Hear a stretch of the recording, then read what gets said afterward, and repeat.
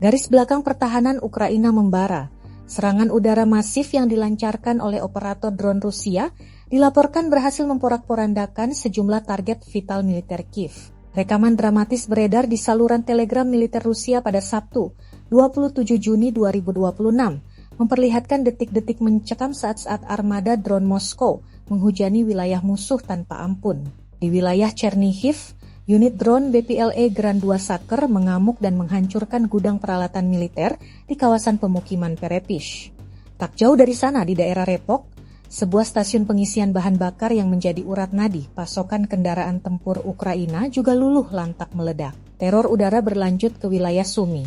Di pemukiman Yastrebino, 2 drone jenis Gerbera menghantam tepat sasaran, menghancurkan pos penempatan sementara tentara Ukraina yang bersembunyi di sektor swasta. Tidak berhenti di situ, serangan presisi Grand 2 Saker juga menyasar jalur logistik utama di wilayah Zhytomyr, menghantam rangkaian kereta api militer di Korosten hingga memicu ledakan berantai yang hebat. Hingga saat ini, rekaman video yang menunjukkan ledakan demi ledakan serta dampak kerusakan parah di pihak Ukraina terus viral dan menjadi sorotan hangat di jagat maya.